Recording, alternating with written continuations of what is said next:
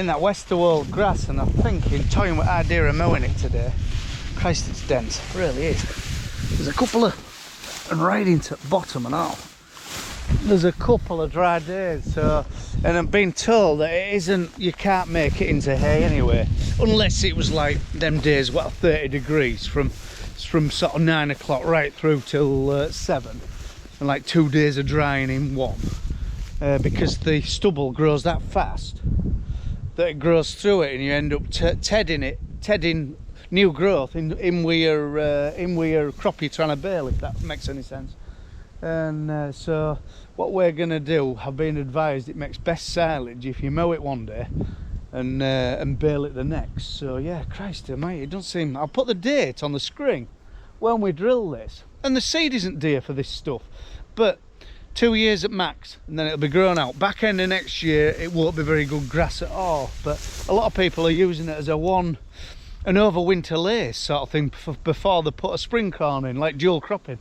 You know, drill, get your spring barley, get your winter barley off, drill it with this, if this is your rotation, drill it with this, have a good crop of grass off, and then put your maize in after. Or spring barley, but I don't know. I think maize would be better because it gives you another few months. I mean, spring barley, my opinion, in if you can get it in the first week in March, first 2 weeks in March, it does a lot better than later on, but it doesn't always pan out that way, does it? But maize next door, I made a bit of a balls up with our maize. I've been monitoring this one, and there's two away from farm I've sort of neglected a bit. And anyway, the rubbish was as high as the maize, and I went to spray it. It got an hour and then it rained, didn't it? So whether it's going to take effect, so I'll just keep monitoring it. And what, see, this is filthy. We're gonna, I mean, this actually got sprayed well. I ain't worried about this. This will be dead as a nit in a week's time. Oh, but the rubbish in that field was up here. So yeah, laughing stock at village, laughing stock of the farming community that way on. But anyway, hey ho. But no, maize is doing fairly well. Got a good drink other day. It's going to get one on Saturday, so it should thrive then, as long as I kill this rubbish. Might have to do it again. We always post herbicide it, and I don't know, on our sandier soils I think I ought to go pre-empt, but this rougher soils I think post is fine, because you can't do that with your grass weeds, can you? You're only taking your broad leaf weeds out. My theory is the grass weeds get left in the bottom anyway, but sometimes like your knot grass can climb up the stem of the maize right to the top.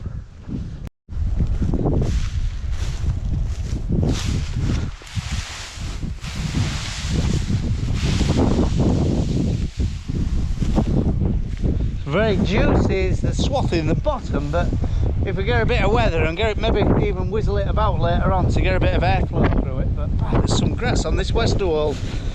I've just worked out, I just looked in my diary when we drilled it. Get out of here, it's where it's warm, where it's out at wind. We drilled it the 1st of May, so it said 31 days in May, innit? 30 days in June, and it's the 4th, so 65 days, and we've got hell of a crop.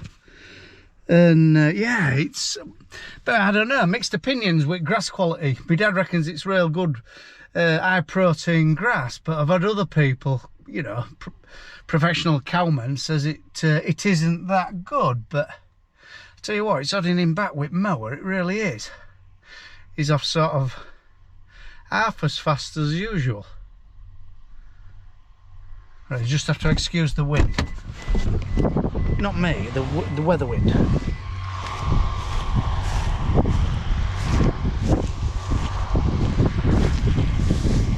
Apparently you're supposed to harvest it before it's seed.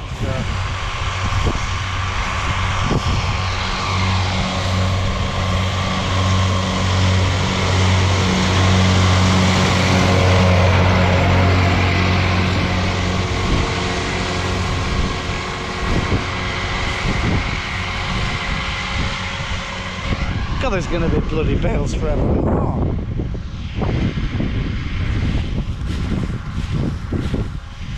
I'm guessing about, well, there's 10 acre here, but 2 of it's stewardship at the bottom because it's horrible land and it always floods.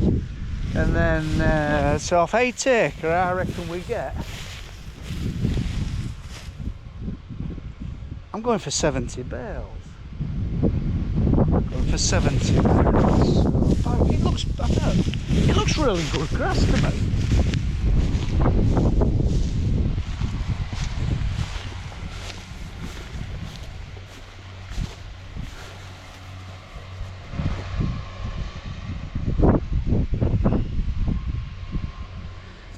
Yeah, this field here, it's a kilometre. It's 10 acre and it's a kilometre long. It goes from this beck here and it goes right down to Pockleton Canal. That wood is on the Pockleton Canal side. And yeah, a kilometre.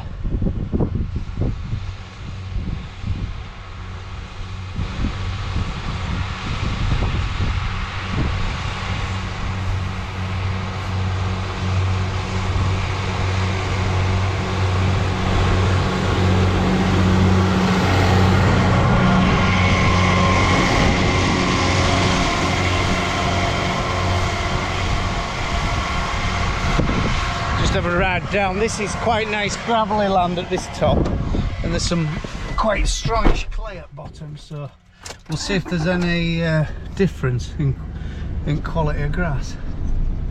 Red Kite's come to see us. Look, see if he can or she can scavenge out.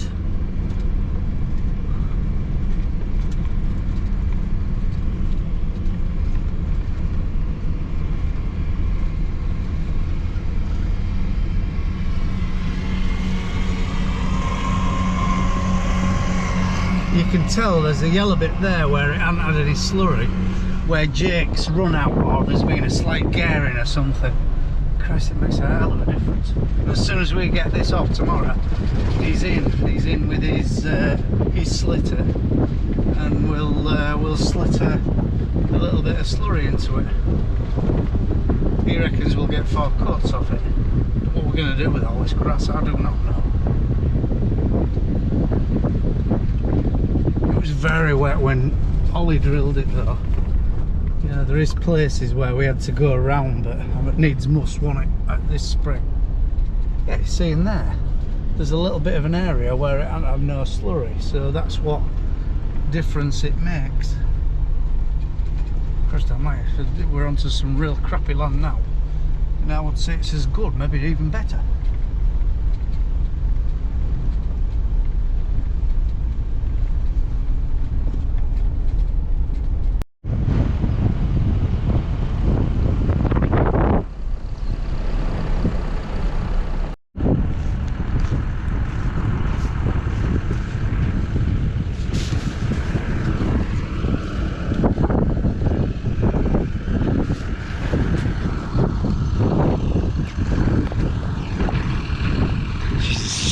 Bloody animal is this. Get down! We think grass is a bit fresh, but needs must because it's going to piss down tomorrow and rain, well, for the next few days. So we would like to another couple of days on it, but oh, dog's disappeared. But yeah, anyway, needs must. It's getting baled and it's getting wrapped this afternoon. Very, very sappy. How our Welga baler will cope with it, I don't know. Time will tell. And then the next phone call is Jake to see if he's spare to put a bit of slurry on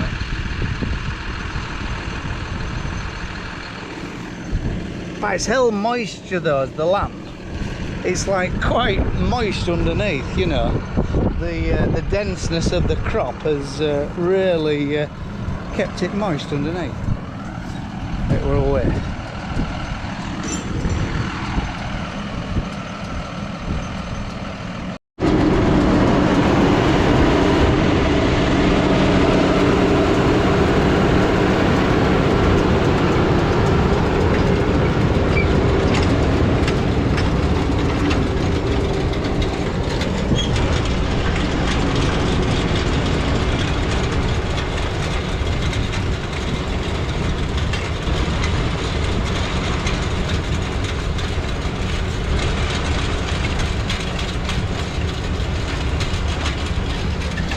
still ain't got the tying sorted out on the bloody baler though. Frank's that busy that we can't fathom it out.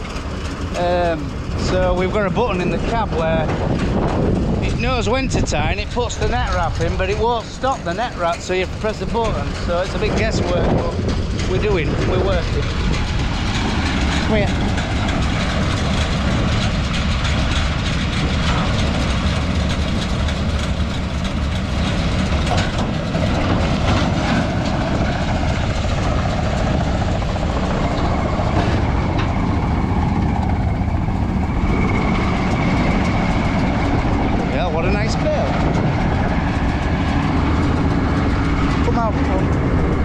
We just decided to put too much net wrap on it, and back bale needed it to be a different size, a little bit bigger and a little bit heavier. It's heavy, but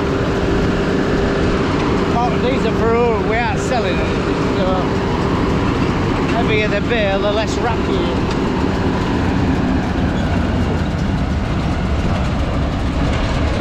I just like to say thank you very much to David, who's helped me out with net wrap. Sent me all sort of pictures of his baler and one thing or another, and even rung us up a couple of times to educate us, because we've really struggled with the bloody thing anyway. It's just set brake up. We've set brake up and actually put a new brake in, because the brake what was there was knackered, but it didn't look knackered. But he says it'll be knackered without looking knackered, you know what I mean. Actually, how far it's going, there isn't going to be as many bales as maybe we thought. Phil's nearly finished rowing up. Red kite there, look, having a look.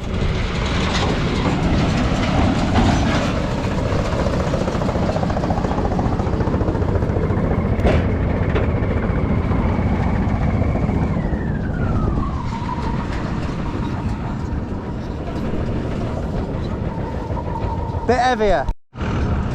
There's 4 red kites. 1, 2, 3, 4.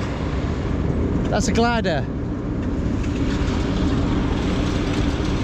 I love to see them. I know they're amazing, some folk, but when you're working, it just makes you smile about wildlife.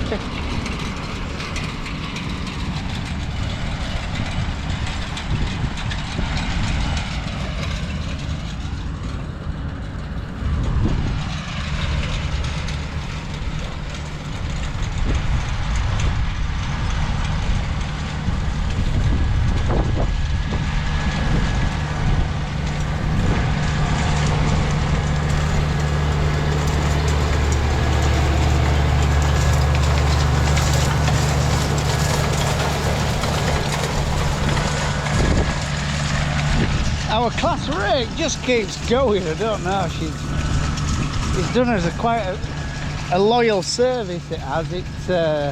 Yeah, like I said, she just keeps going. We just keep welding bits back on her, and but we are going to replace it, and we are going to get another class. I did put the feelers out of what a lily one is like, and a lot of people came back. A good machine, but in a thick heavy crop like this, you can bend. The tines are a little bit less rigid than a class, and the arms are a bit fragile, so it will be another class.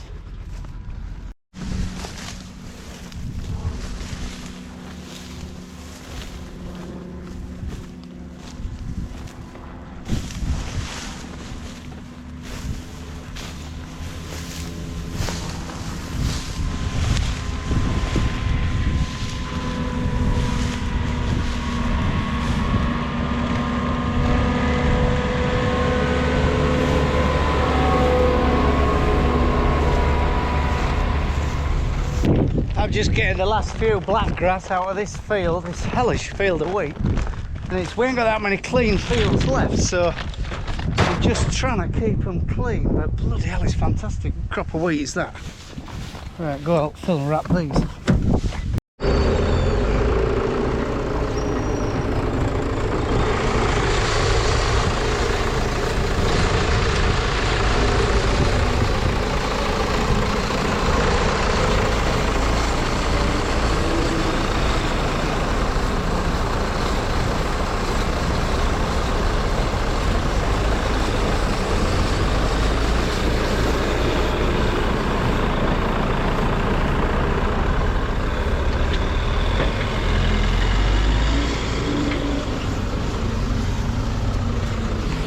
made some real nice stuff. Bloody solid bales, you know you've got a load of them, I'll tell you. We reckon they're about, well over half a ton a piece anyway. So yeah, there was 69 bales off 8.5 acres, so it's done very well. Our wrapper hasn't been fixed yet. The jaws don't work, so we have to tie it on and do it manually with these hydraulic levers, which you would anyway. But the hydraulic levers would be in the cab, you wouldn't have to stand near it. It ain't so bad. But as in wrapping the bales, it makes a real good job. But for the few we do, or we did, it's brilliant. Now we're doing a lot more. I think we'll either have to spend a bit of money on this hard lap or get a fresh one, but I think we'll have to spend some money on this. It's only a sensor and new jaws, new back part.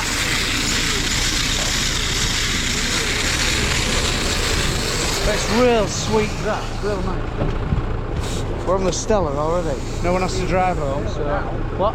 Don't want another baler now. Yeah, baler's making a better job. Look how net wrap it's putting it on. Now we've got brakes sorted out. The brake was knackered, and like I said, with someone educated me how to use it. So yeah, but we nearly lost it today. Bearing went on her, and we had her. If we'd been baling straw, we'd have lost it because we had smoke coming out of one side of the baler, and it had charred the bearing housing that much. It got red hot. Luckily, didn't damage the shaft, and we got away. So Frank to the rescue again. We're stopped half hour. Better just look after us.